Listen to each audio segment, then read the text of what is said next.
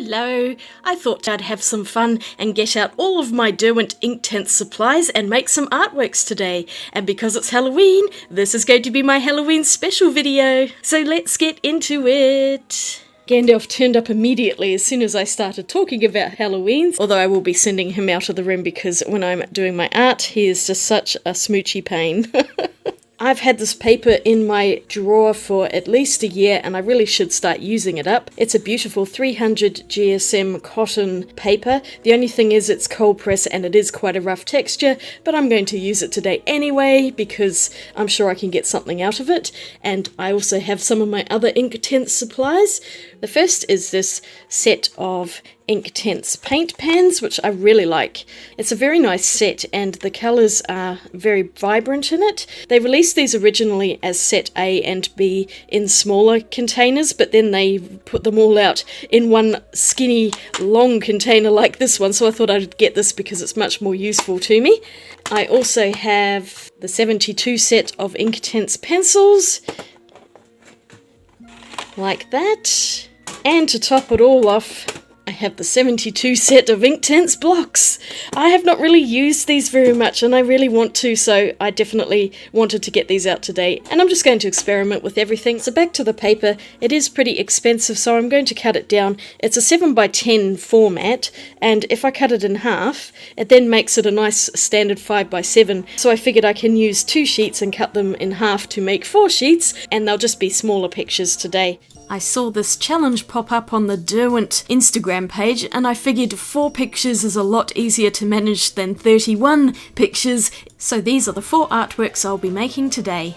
I started really well by filming the drawing of this one out of focus, so I've just cut that footage out. But the first prompt is leaves, and I decided to go with the leaves of a book. Mainly because it's spring here in Australia and it doesn't feel right drawing autumn leaves, and I thought a book would be slightly more interesting. To begin the picture, I started with the Inktense pencils and I'm wetting them so that I get the lines dried before I do anything else. This is because the Inktense, once they dry, are generally permanent, so you can go over them easily without lifting anything. It's like a permanent sort of ink, but you could see how rough that paper is, so dare I say the pencils are not that great on it.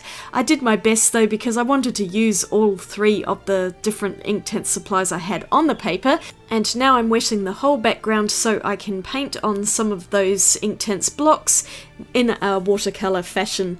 The blocks are definitely the messiest supply of the 3. And I'm not so keen on painting the sticks, if I'm perfectly honest. I will be sharing my thoughts later in this video at the end once I've done all the paintings, rather than whinging about it the entire way through.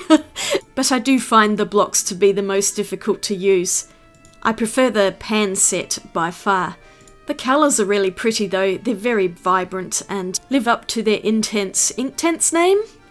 This painting was not the best. It took me quite a few layers to get something that I was happy with, and I did add in some spots of shiny gouache in silver and gold, along with some white ink as well, just to give it a bit more sparkle because I wanted it to be like magic was coming out of the books, or some such ilk, I don't know. It's up for interpretation, this one.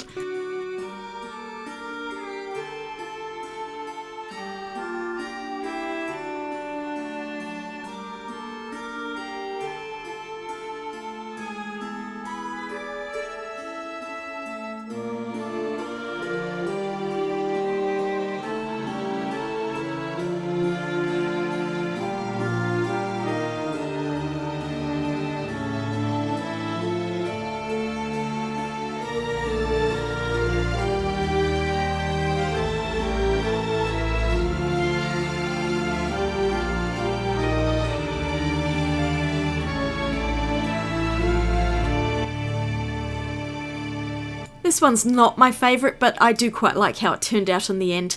And going on to the second prompt, which is pumpkin, and I went for a rather obvious jack-o'-lantern. I'm using an Inktense pencil to draw it from scratch. It's not a particularly difficult shape, so I didn't have too many issues with it.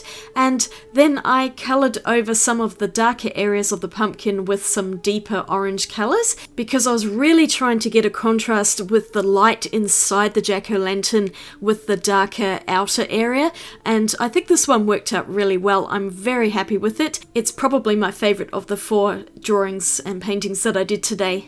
It took quite a few layers to achieve the effect I wanted, but the good thing with the Inktense, as I said, is that they lay out really well, and they also have quite a thick gouache-like consistency, so they're excellent for building up really strong colour.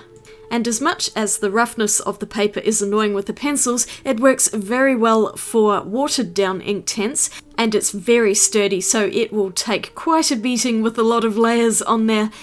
It's a high quality paper. Wow, that colour is so bright once it activates with water. It can get out of hand quite quickly, but for this picture that intense colour is perfect and just what I wanted.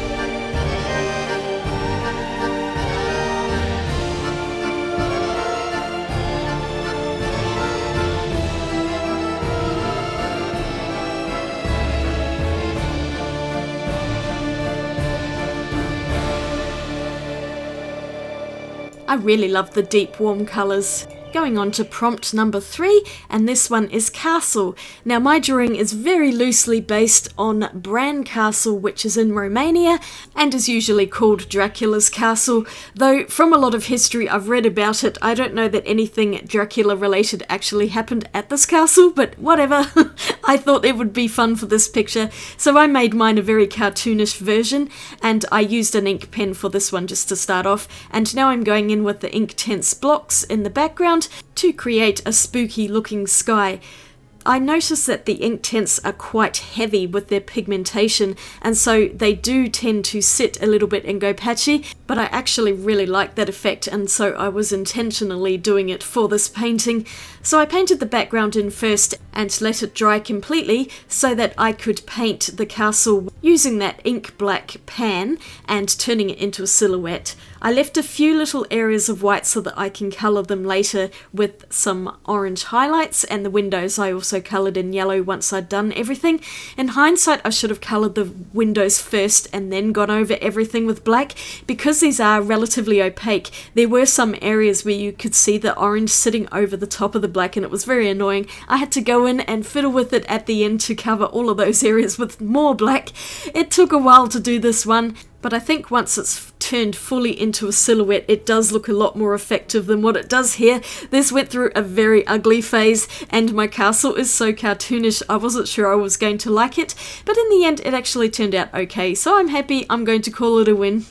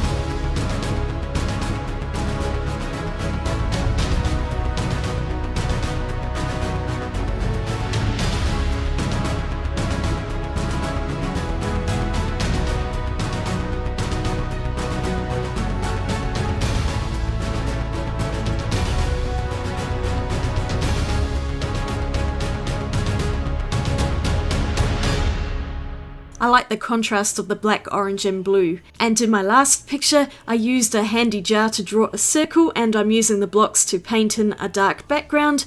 The last prompt is Halloween, and I just didn't really know what else to do because I'd already done a jack-o'-lantern and a spooky castle. This one's going to be an orange moon with another silhouette in front of it, but firstly I painted the background with ink black, and I think it was indigo.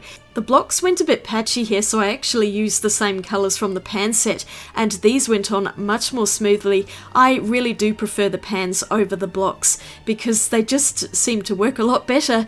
I used a small amount of pencil on the moon to get in a bit of that texture because I knew it wasn't going to lift up fully, and then I pretty much used pans for the rest of it, I think, just to get a smoother texture for the rest of the moon, using some of the yellows, oranges, I think it's a mango colour in the paint pan set, and a deeper orange as well. I really like how intense these colours were, or Inktense if you prefer.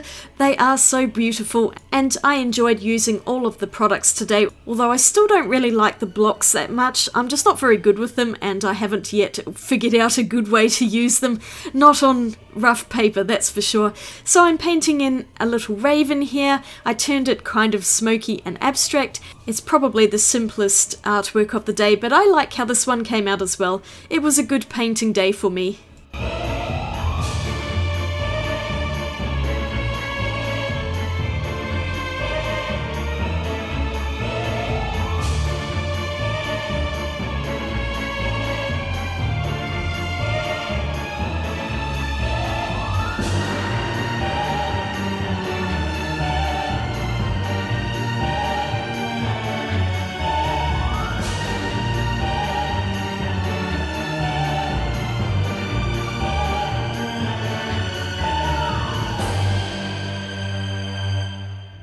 And here's my ethereal raven. So I put all 4 pictures together in an Instagram post, which I'll be putting up as well. I think they look great together. I'm really happy with how they all turned out as a set. Look at the absolute state of my desk. I think I'm just going to have to quickly tidy all of this up. And here are my 4 artworks that I made today. Let me know what you think of them. Which is your favourite? Which is the one that least worked? Because I'm always interested to hear your opinions. So I will just share a few thoughts on the Derwent Inktense, and then I'll wrap this video up. In my opinion, from using a few sheets of this paper now, I would have to say that the Inktense paper is too rough for the pencils by miles. You can really see that toothy texture, and I just don't like it at all using it with the dry Inktense pencils or the blocks. If you rub them on dry, it does leave quite a lot of texture, as we can see in the moon, although it kind of worked for this because I wanted to leave a bit of moony kind of texture there, but otherwise I just don't like that. I think that this is just so much more suited for watercolor techniques, and in this case the Derwent Inktense pans is probably the best set to use with it. And I have to say that out of all of the Inktense products that I have, this is definitely my favourite by far. If they ever put all 72 colours into a big box set like this with all of them in little pans, I would totally buy that and then retire everything else. I like the pencils as well, but they need to be on a smooth paper. Just rough texture just doesn't work with these pencils. I just don't like it at all. It needs to be nice and smooth watercolour paper, or even a thick drawing paper. I think that would be fine. And I have to be honest that I'm not really that keen over the Inktense blocks. When I was painting along the edges of a couple of them, the water's gone and run over the side, and I've lost almost all of the printing on this side on the blue stick, and you can see that it's left quite a lot of yucky texture along there from where I've been painting. Anything they touch, they just cover in colour. So my desk is actually just totally covered in Inktense block scratchings at the moment, and I need to just get the whole thing up and scrub it. This one you can see here, the water actually ran underneath and that's stuck to my desk, so I've pulled a big chunk of it out. I'm so mad over that because this one is not in the pencil set, it's only in the block set, and it's that really pretty turquoise.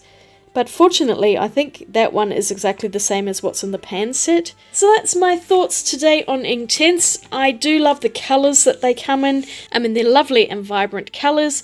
They go on quite thickly and with that gouache-like consistency, so you can get some opacity out of them, and the products themselves are really nice. It's just that they can be quite frustrating to use. But I got 4 pictures. I'm very happy about that. They're all very Halloweeny, and speaking of which, happy Halloween if you celebrated out there, and thanks very much for watching this video. If you enjoyed it, don't forget to give it a thumbs up and click that subscribe button, and I will see you all again really soon in my next video. Have a great day out there, and I'll swatch you later. Bye!